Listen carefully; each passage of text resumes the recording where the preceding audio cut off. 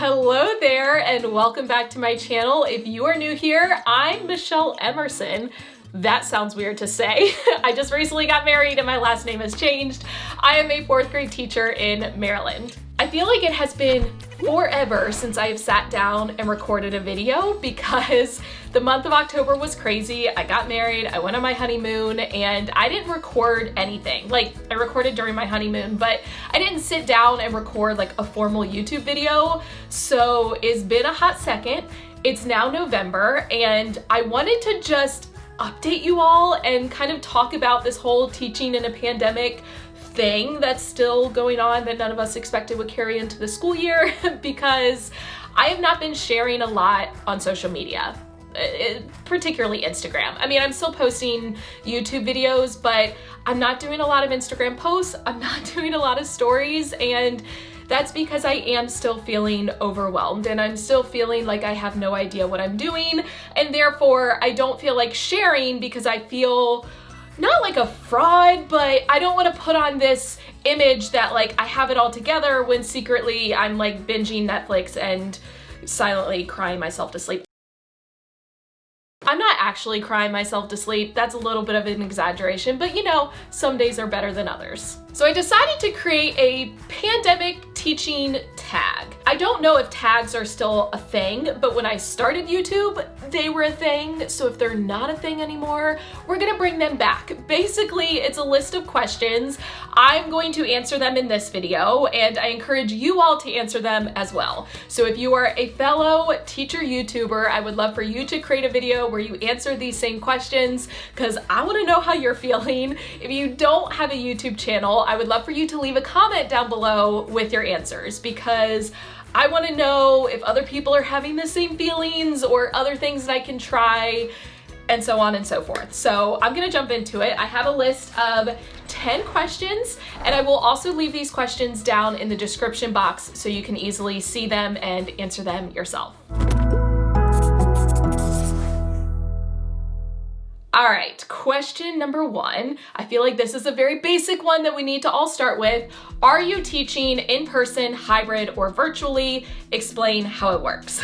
So we are still teaching virtually. Now that means our students are at home. We are teaching them through Google Meet and using Google Classroom. But as a teacher, I can teach either from home or from my classroom. I have a choice.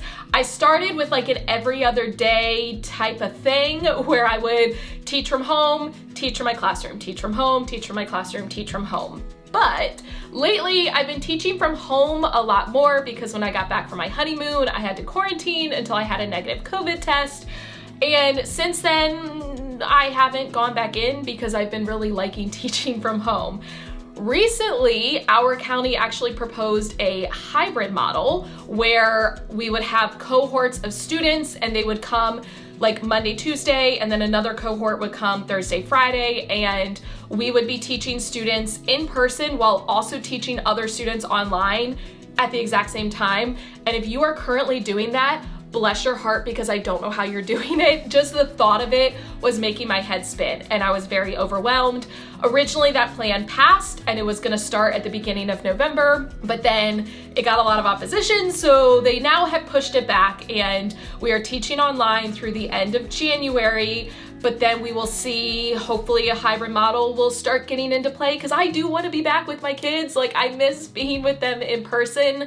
However, changing everything up is stressful because I finally have found things that work, and thinking about having to change all of that, no, I don't really want to think about that.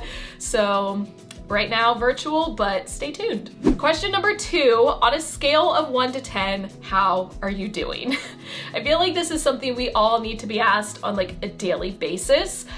I feel like I fluctuate between like a 6 and an 8. So I'm gonna say I'm like a 7, but I don't really know why. I feel like I should be higher than that. Like, I have gotten a good grasp on things. I'm staying on top of my grading. I'm staying on top of my lesson planning. I feel like I've formed good relationships with my students, even though it's just virtually through a screen, but it just doesn't, like, I'm not as happy as I used to feel teaching. I'm sure we're all feeling that way. If you're not, please show me your ways, but I just feel like I'm constantly questioning my abilities as a teacher. Like, I feel like I should be doing more and I feel like I should be doing better, and so that's weighing down on me. But I feel like I finally have grasped like the workload, because teaching online is definitely a lot more work than what I was doing in the classroom, and I finally have adapted to that, but I'm still not like the happiest I could be. Hopefully that makes sense. Question number 3, what is one positive thing about your teaching format? I wanted to include this because I feel like lately we are all just focusing on the things that are going wrong and the things that kind of stink about whatever our teaching format is. So I wanted us to focus on what is a good thing about the way that you're teaching. So if you are teaching in person, what's a good thing about that? If you're teaching hybrid, what's a good thing about that? Since I'm teaching virtually, I would definitely say a positive is I don't have to make copies. I don't remember the last time I made a copy, and I'm okay with that. Making copies is a huge time suck. I would make all of my copies for the week at one time. And during that time, I felt like me and the copier just became one because I was in the copy room for so long. I'm definitely enjoying not making copies. Question number 4, what is one thing you're rocking while teaching during a pandemic? Again, I feel like we're all focusing on the things that we're not doing well instead of, patting ourselves on the back for the things we are doing well. I have been rocking staying on top of my grading. I feel like with virtual assignments, it's a lot easier to kind of let them all build up because you're not dealing with physical papers. In the classroom, when you have physical papers, you start to see, that pile getting a little bit bigger, and you're like, I should do something about that. And you end up grading papers. But when it's all digital, it becomes very easy to just kind of, forget about those assignments. So I am proud of myself for staying on top of my grading. When I log off at 4 o'clock, I make sure that I've graded everything that has been turned in up until that point. So I'm never getting bombarded with tons of assignments. I will say coming back from my honeymoon was a little bit rough because I had an entire week worth of assignments for 2 different classes that I had to grade, and that was stressful, but I took 2 days and just pounded it out and got it done, and I felt so much better after that. So that is one thing that I have been rocking. Question number 5, what is one challenge you faced and how have you overcome it? I had to kind of laugh to myself when I made this question because limiting it to one challenge is a challenge within itself. But if I had to focus on just one challenge with virtual learning, I would say it would be student engagement.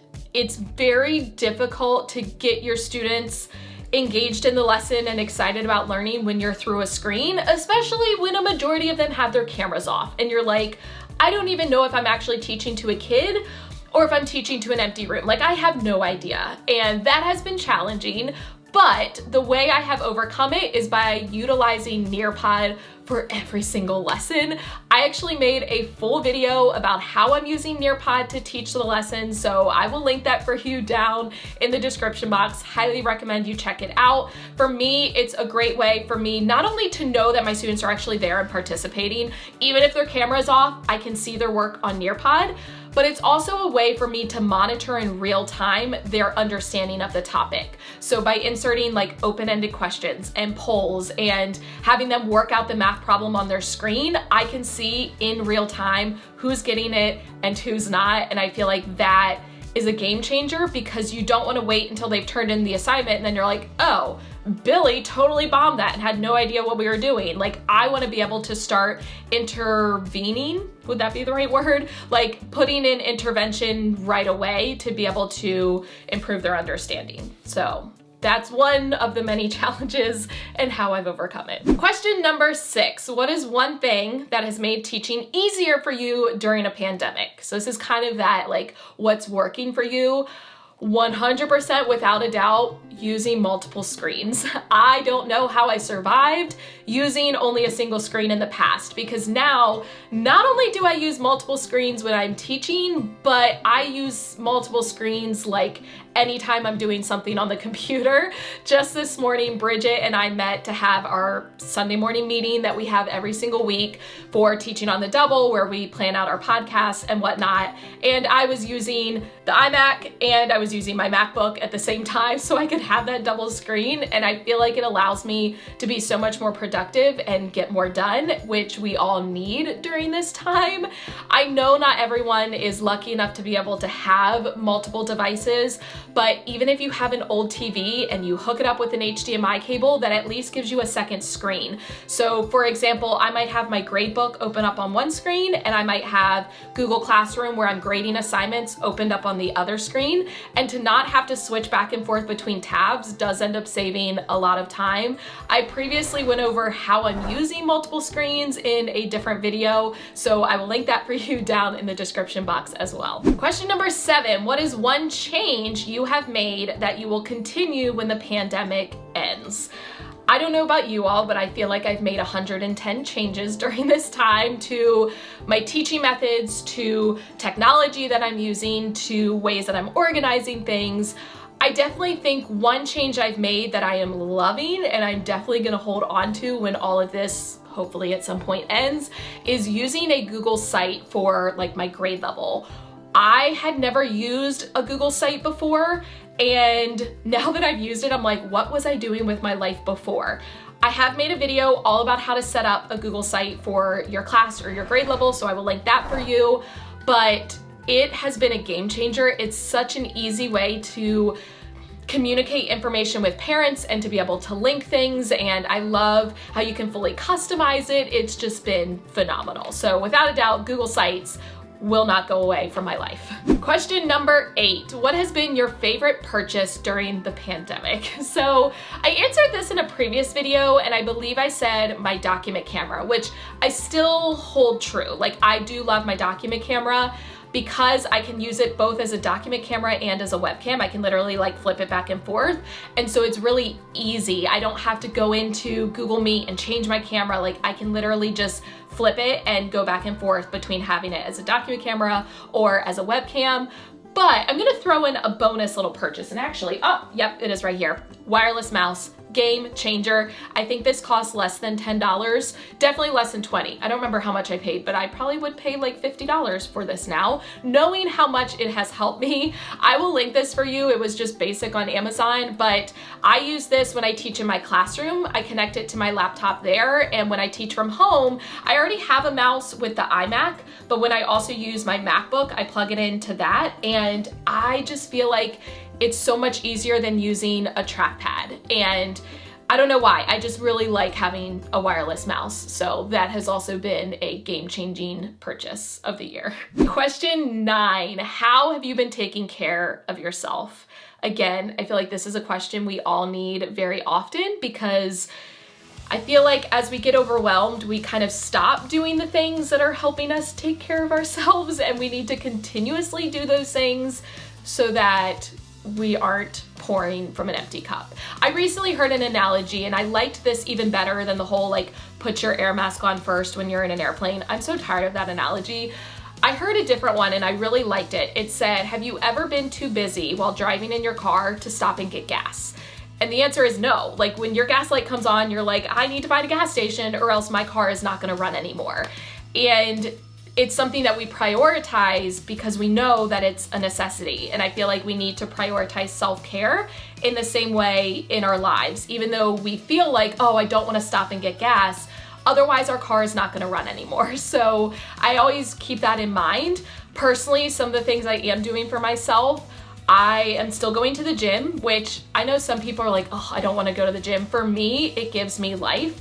And when I do force myself to take a rest day, like, I actually get upset about it, and I can feel in my body so much more anxiety and stress on the days when I don't work out. So for me, working out is definitely a way to take care of myself. It leaves me feeling happy, it leaves me feeling strong, and it's just kind of that like me time. I also have been doing a lot of Netflix binging, which I'm okay with. I have been really forcing myself to disconnect from school at the end of the day. So at 4 o'clock when my hours are up, I don't touch anything school related the rest of the day. And honestly, I haven't even been doing that much like for my business. I probably should be better at like answering emails and making new products and et cetera, but I feel like I need that time at the end of the day to just sit and watch TV and, you know, decompress from the day. And that's just, it's bringing me a lot of joy right now. Finally, question 10, what's making you happy during this time? So I mentioned Netflix binging. My current obsession is the show Schitt's Creek on Netflix. It took me a bit to get into it. Like the whole first season, I was like, like, I don't know if I like this, but the more I watched it, the more I became obsessed with it. And I just love the characters in that show. I'm currently just starting season 5, so I'm not done yet. No spoilers, but I've really been enjoying that. Like, it just brings me so much happiness. Also wearing comfy clothes, like crew neck sweatshirts are my jam. This one I actually just got from Target. It's just like a very basic, like light yellow colored crew neck sweatshirt, but it's so comfy. And fuzzy socks also, here's, yeah, proof. I've been obsessed with wearing fuzzy socks. I used to be that person who didn't like to wear socks, like ever. I didn't like feeling like my feet were enclosed, but lately I've been getting cold a lot easier. I don't know why, but I used to always be hot, and now lately I'm like always cold. So fuzzy socks and comfy sweatshirts have been a game changer.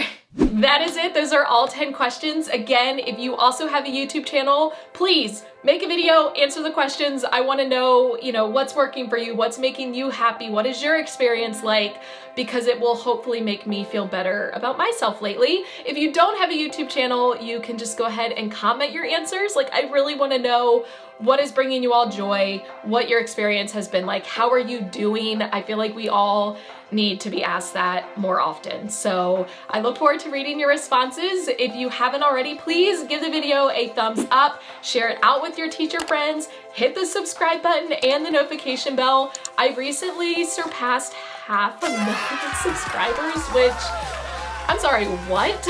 I remember hitting like 100 and how big of a deal that was, and never in a million years, no pun intended, did I expect for my channel to grow the way that it has. And it still kind of blows my mind that there's that many people who care about what I have to say in my life. And like, I'm just so incredibly grateful for all of you and the positive impact that this experience has had on my life. So thank you from the bottom of my heart. And who knows, maybe someday I'll hit 1 million.